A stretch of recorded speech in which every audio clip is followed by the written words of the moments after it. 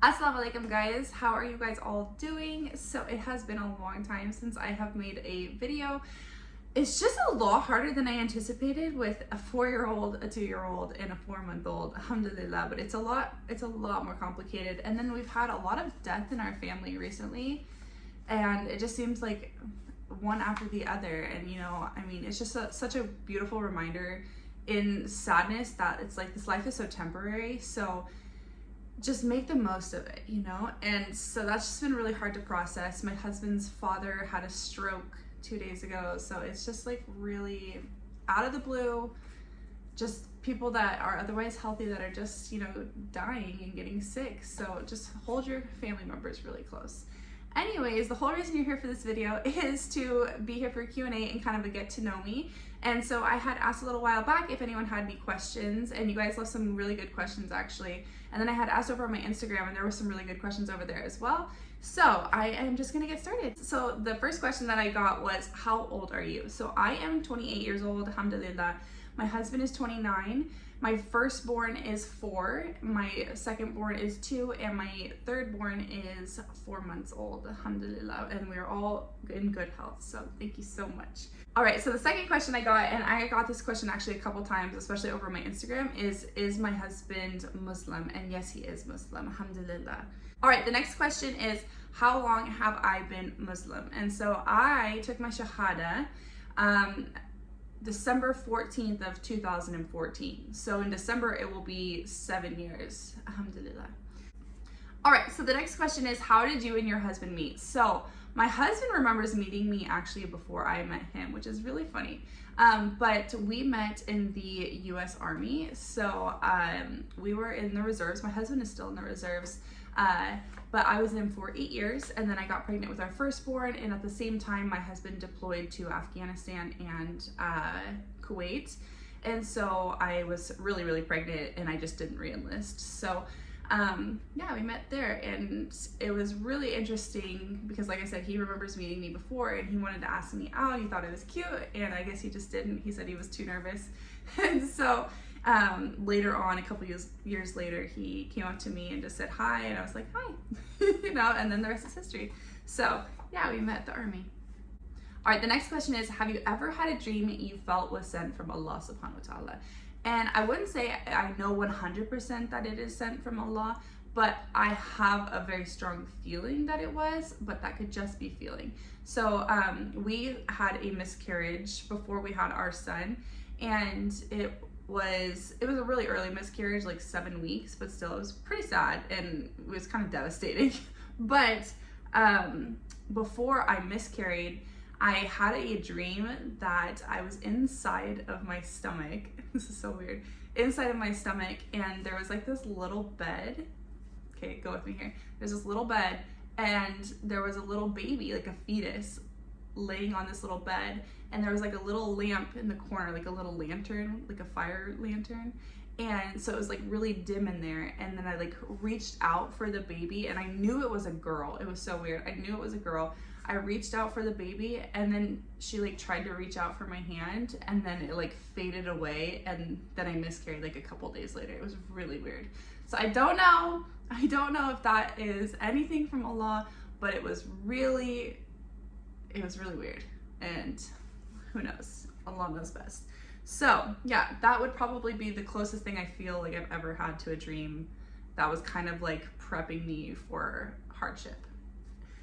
The next question is, what channels on YouTube do you follow? So this might surprise a lot of people, but I really only watch YouTube. I don't like to watch movies because I feel like there's risk for curse words, there's risk for sexual content that I don't want to watch. There's nowadays a big risk for LGBT, and just a lot of pushing of propaganda and things that like agendas that they want to put out, and it's just not something I'm here for. So I pretty much stick to YouTube channels that align with my values and my beliefs for the most part. So I just made a little list really fast. So I watch Ellen Fisher, and if you've never watched her, she's basically like a vegan mom who just shows you how to properly feed your children and to kind of just have like peaceful parenting and just a really good vibe altogether. My next one is Phil and Alex. If you've ever watched them, they are a couple who struggled with infertility for like 8 years. And they are Christians, but they're just like really good people. I don't know, I just enjoy watching them. They are on a homesteading journey, which I'm very interested in eventually, inshallah, having a homestead where we have like our own cows and just raising stuff like that. And so I just really like that sustainable living. I think the probably number one that I watch is Yaqeen Institute. I just really love watching those videos, especially when I'm in the car driving. I love to watch lectures and just kind of like gain my knowledge, because usually in the car I don't have kids, so I'm more able to focus and listen to stories of the prophets and things that I need to be doing and prophetic parenting and stuff like that. So I love that channel. And then I'll just ramble a little more. Sarah's Day, she's an Australian YouTuber. If you haven't watched her, she just found out she's pregnant, so that's really cool. Lupski's Life, she's a mom as well. And then I do love to watch With Love Lena and her sisters. I just kind of like to watch them for, it's like nice to have other hijabis in the house so that my kids see other people wearing hijab, because there's not very many people that wear hijab in my city. So I like to have them on, and I like to see what they're wearing and kind of get some ideas from them, just because like as a new hijabi, you're always looking, it's a lot harder, and I'm totally gonna make a video on this, but there's a lot of things that you don't expect when you're transitioning to wear hijab that come up that you're like, whoa, I never would have even thought of that. Like for instance, just getting the door when the mailman comes to the door, it's literally like you have to put hijab on, you know, and you have to wear modest clothing. And when you're in your house, you're not always wearing modest clothing. So it's like you have to, it's extra steps. Or if I just wanted to go out to my car to grab something, I can't just like go out to my car, you know? Anyways, so just things like that. But yeah, I love their channel as well. All right, so the next question, and I thought this was a really good one, and I feel like this could be its own video as well, is does your family celebrate Christmas? And so we do not celebrate Christmas. We don't celebrate a lot of the holidays, and I'm gonna tell you why. First of all, I don't believe in celebrating Christmas, especially when you're Muslim. That was not always the case for me. I thought like, well, I'm not celebrating it for Christ. We've never celebrated it for Christ. So I just kind of thought like, well, it's just for presents and it's fun to decorate and whatever. And then I watched a couple of videos and I was like, ooh, I don't think that I should be doing this. And so it took us one more Christmas to cycle through everything, to kind of like prep our family, like, okay, we are not going to be celebrating Christmas this next year. So we are no longer celebrating Christmas. We've gotten rid of all of our decorations. If my parents want to get the kids presents, I'm totally okay with that, just because it's their holiday. And I would be sad if my mom didn't accept a gift from me from Eid.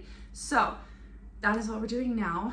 But we also don't celebrate a lot of the normal holidays. Like we don't do Halloween, which I've never liked Halloween. Even as a kid, I did not like Halloween. We don't do Easter, obviously.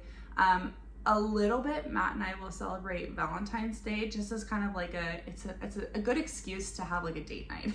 So we'll do Valentine's Day.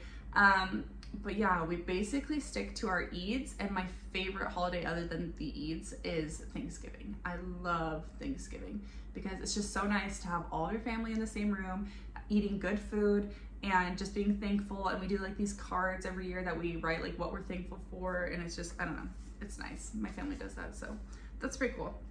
But yeah, we do not celebrate Christmas or any of the like major holidays, I feel like, that Americans tend to celebrate. Okay, so the next question says, do you work? And yes, I do work. So I am at home with my kids Monday through Friday while my husband goes to work.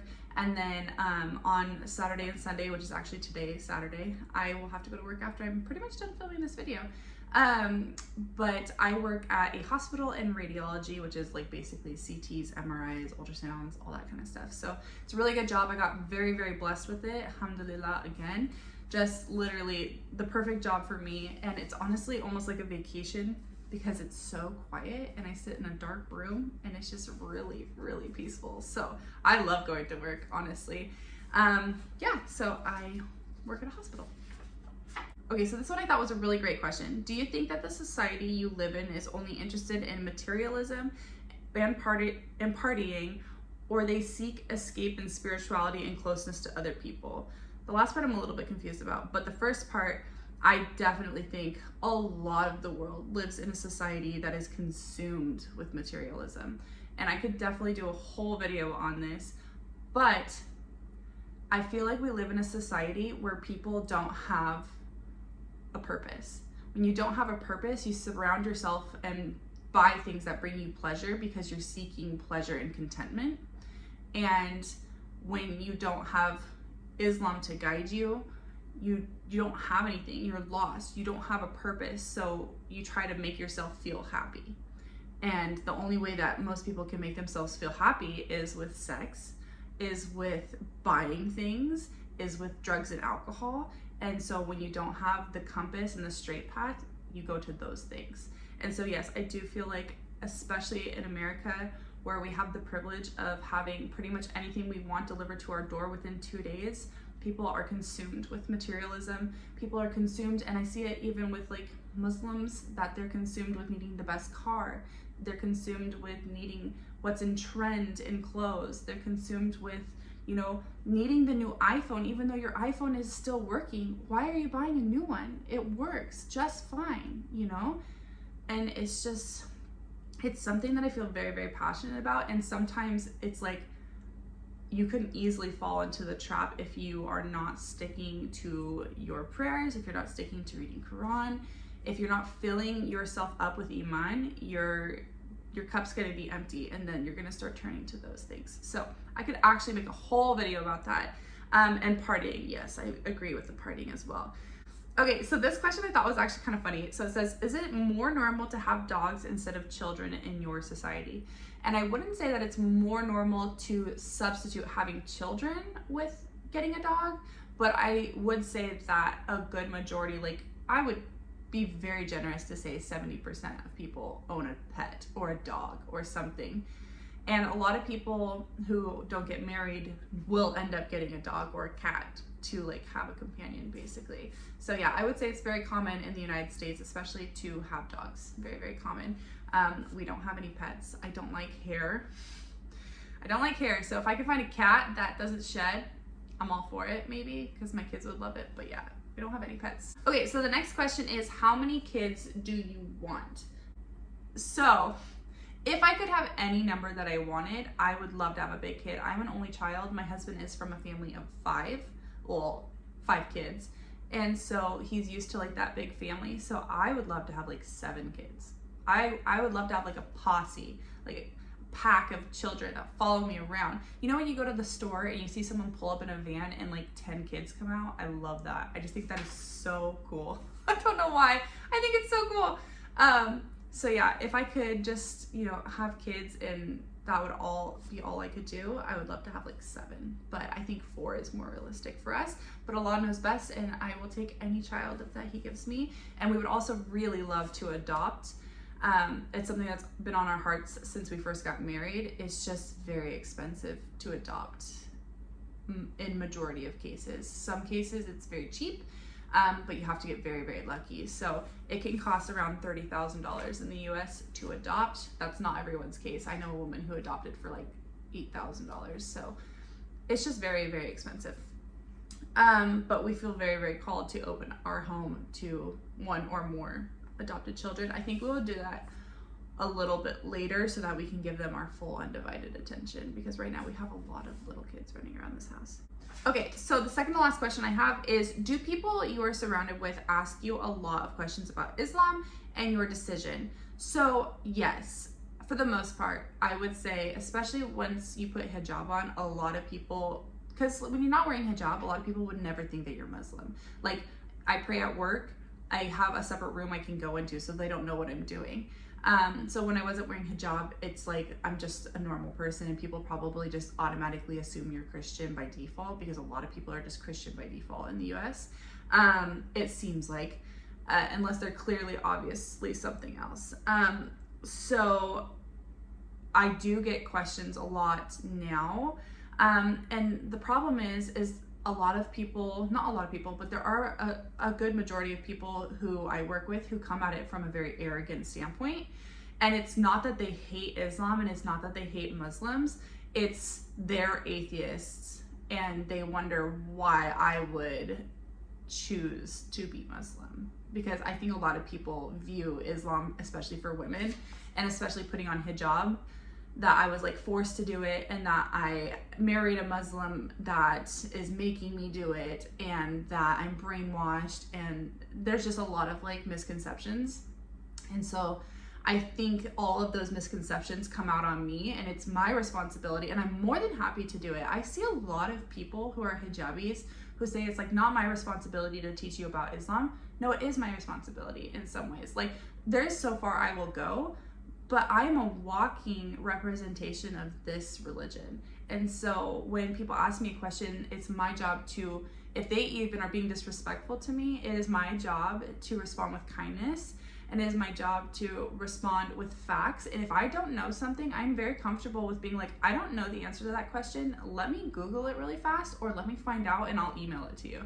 Because I'm not willing to spread misinformation about Islam, you know, because there's some things that like I don't know, and I'm just not comfortable giving an answer to appease a person, you know. I'll be like, I don't know, let me get back to you on that. So there are a lot of questions from strangers, not always nice, a lot of the times arrogant, especially at work.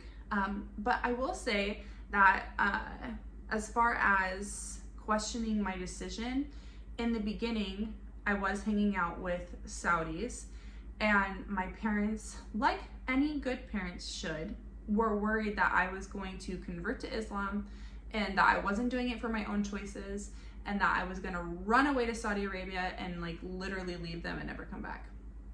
And I think that was really a big fear of my parents, not because of the Saudis, but just because it's a huge change in life. It's a huge religion that I'm just switching over to. And you know, you don't always have, some people don't have the best intentions. And so I can understand why my parents would be worried, and Allah bless them.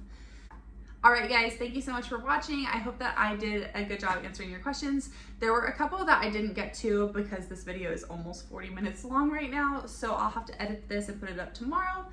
Other than that, if you guys have some questions after watching this, just put them down below, and then I'll do another Q&A in the future. But thank you guys so much for watching. I love you guys so much. Thank you guys so much for all of your positive feedback on my last video. It was overwhelming. Your guys' prayers when we were sick, it was just so kind, and I'm just so happy and so grateful to have each and every one of you here. So thank you guys so much for watching. If you are not subscribed, make sure you hit that subscribe button and join our family. All right, bye guys.